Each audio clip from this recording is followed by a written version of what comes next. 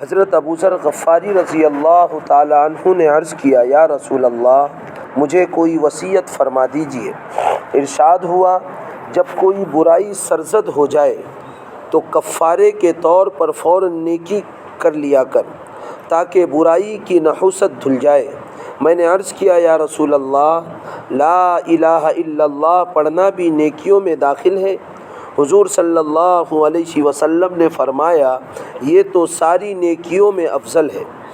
برائی اگر گناہ صغیرہ ہے تو نیکی سے اس کا محو ختم ہو جانا اور مٹ جانا ظاہر ہے، اور اگر کبیرہ ہے تو قواعد کے مطابق توبہ سے محو ہو سکتی ہے، یعنی صاف ہو سکتی ہے، یا محض اللہ کے فضل سے، جیسا کہ پہلے بھی گزر چکا۔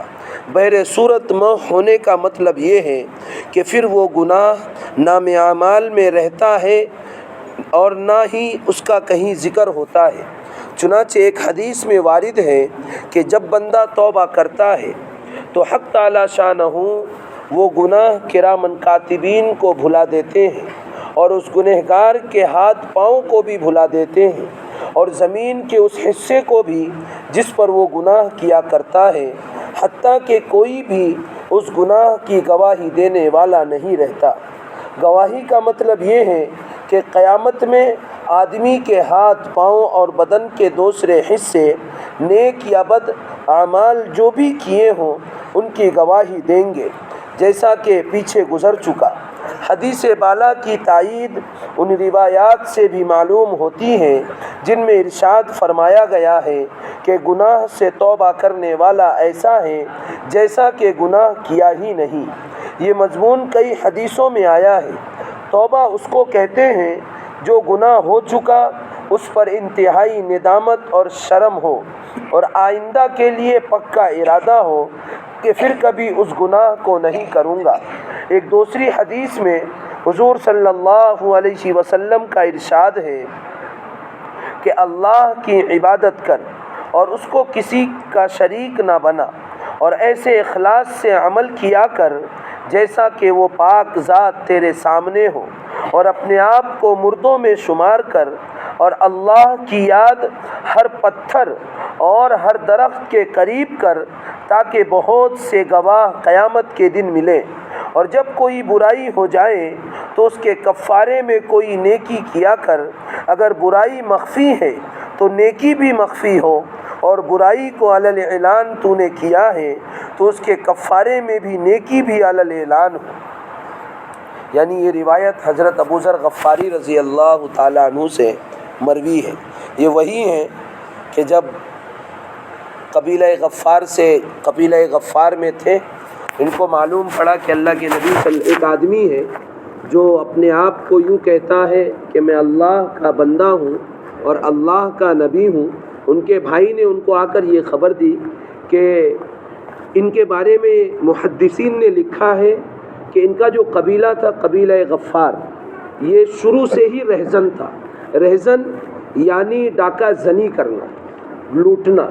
حضرت ابو ذر غفاری کے بارے میں ہے کہ یہ بھی اس کام کو انجام دیا کرتے تھے، لیکن یہ توحید پرست تھے شروع سے۔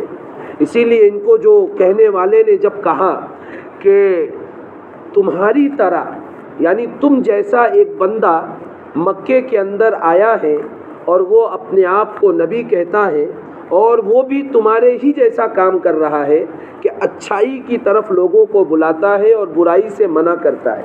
حضرت ابو ذر غفاری کو دل میں یہ بات پیدا ہوئی کہ اچھا، میں تو ایسے ہی لوگوں کی تلاش میں تھا۔ لہذا حضرت ابو ذر غفاری آئے ہیں اور آپ کا پتہ کیا، اور جب آپ کا پتہ معلوم ہوا حضرت علی کے ذریعے سے، پورا واقعہ ہے، اس کے بعد اللہ کے نبی صلی اللہ علیہ وسلم کے دربار میں حاضر خدمت ہوئے اور کہا کہ اللہ کے نبی صلی اللہ علیہ وسلم، آپ مجھے بتائیے کس چیز کی تعلیم دیتے ہیں؟ تو اللہ کے نبی صلی اللہ علیہ وسلم نے ان کو اللہ کی وحدانیت کی تعلیم دی اور فرمایا، ابھی چلے جاؤ، جب اسلام طاقتور ہو جائے تب آنا۔ یہ اللہ کے نبی کے الفاظ تھے، ابو ذر ابھی تم چلے جاؤ، جب اسلام طاقتور ہو جائے، جب ہم ہمت میں اور اقتدار میں بلند ہو جائیں تب تم آنا۔ حضرت ابو ذر کہتے ہیں، اللہ کے نبی، کیا یہ اسلام حق نہیں ہے؟ کہ آپ نے جس چیز کی تعلیم دی ہے یہ حق نہیں ہے، بس اتنا کہنا تھا۔ اللہ کے نبی نے کہا حق ہے، تو پھر ابو ذر غفاری نے کہا چھپاؤں کس چیز کی، چھپاؤں کس بات کا، جب اللہ حق ہے، آپ حق ہیں، جس بات کی آپ نے مجھے دعوت دی ہے یہ حق ہے، تو پھر میں کسی ملامت کرنے والوں کی ملامت کی پرواہ نہیں کروں گا۔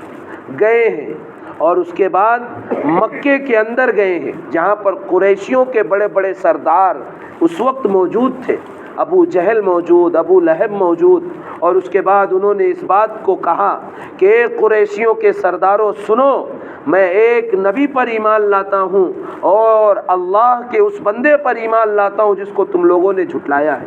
پھر اس کے بعد کیا ہوا ہم سب جانتے ہیں، جی سب نے مارا، اس کے باوجود اس شخص نے اپنے اسلام سے نہیں پھرا۔ یہ چوتھے یا پانچویں شخص ہیں جب پوری دنیا کی زبانیں بند تھی اسلام کے حق کو قبول کرنے میں، اس وقت حضرت ابو ذر نے اسلام کو علی الاعلان پیش کیا اور لوگوں کے سامنے پیش کیا، اور اپنے گڑھ میں پیش نہیں کیا بلکہ قریشیوں یعنی اس وقت کے کفار جو کہ اسلام کے سب سے بڑے دشمن تھے ان کے گڑھ میں پیش کیا۔ تو اتنے بڑے صحابہ کیا فرماتے ہیں اللہ کے نبی، مجھے وصیت فرمائیے۔ تو اللہ کے نبی نے کہا کہ جب تم سے گناہ ہو جائے تو فوراً نیکی کر لیا کرو، یہ نہیں کہ گناہ ہو گیا تو چھوڑ دیں۔ انسان جب گناہ کرتا ہے تو سینے دل کے اندر کالے سیاہ لگ جاتے ہیں، اللہ رب العزت کی طرف سے نحوست آتی ہے۔ اسی لیے علماء فرماتے ہیں جب بندہ توبہ کرتا ہے یا پھر نیکی کر لیتا ہے تو اللہ رب العزت اس کے دل کو نرم کر دیتے ہیں، پھر اس کے بعد کیا ہوتا ہے نیکیوں کا کرنا آسان ہو جاتا ہے۔ پھر حضرت ابو ذر نے کہا اے اللہ کے نبی کیا میں لا الہ الا اللہ کہوں تو یہ نیکی ہے؟ اللہ کے نبی نے فرمایا ابو ذر یہ تو سب سے اہم نیکی ہے۔ کیوں؟ اس لیے کہ لا الہ الا اللہ اگر دل میں اتر جائے تو خدائے پاک کی قسم دنیا کی جتنی چیزیں ہیں سب کا یقین ہٹ جائے گا۔ لا الہ الا اللہ عزت دینے والا اللہ ہے، لا الہ الا اللہ ذلت دینے والا اللہ ہے۔ اللہ کے علاوہ کسی کے اندر اتنی طاقت نہیں ہے کہ وہ عزت دے سکے، اللہ کے علاوہ کسی کے اندر اتنی طاقت نہیں ہے کہ وہ ہدایت دے سکے، اللہ ہی کرنے والے ہیں، اللہ ہی سے ہوتا ہے۔ اس چیز کا یقین اس کلمے کے ذریعے سے آئے گا۔ جی اسی لیے کہا جاتا ہے کہ جب بندہ کلمے کی کثرت کرتا ہے تو اللہ رب العزت کا یقین اس کے دل میں بیٹھتا ہے۔ جی تو ان حدیثوں سے یہ پتہ چلا کہ اللہ رب العزت کا ذکر ہمیشہ کرنا چاہیے، چلتے پھرتے کرنا چاہیے۔ انسان جب ذکر نہیں کرتا ہے تو اس کا دل مردہ ہو جاتا ہے۔ جی پھر اس کے بعد اس کے ذہن میں غلط غلیظ والے خیالات آتے ہیں، اور جب انسان اللہ کا ذکر کرتا ہے تو اس کا دل صاف ہوتا ہے، پھر ذہن غلط طرف نہیں جاتا، پھر اچھائی کی طرف جاتا ہے۔ جی اسی لیے ہم سب کو چاہیے کہ اللہ رب العزت کا ذکر کرے، بہت آسان ہے، لا الہ الا اللہ محمد الرسول اللہ، کوئی بڑی بات نہیں ہے۔ انسان اگر چل رہا ہے تو بھی پڑھ سکتا ہے، بیٹھا ہے تو بھی پڑھ سکتا ہے، کاروبار میں ہے تو بھی پڑھ سکتا ہے، گھر کے اندر ہے تو بھی پڑھ سکتا ہے۔ جی کوئی بڑی بات نہیں ہے۔ اسی لیے ہم سب کو چاہیے کہ صبح و شام اللہ رب العزت کا ذکر کثرت سے کریں گے انشاءاللہ۔ اللہ عمل کی توفیق عطا فرمائے۔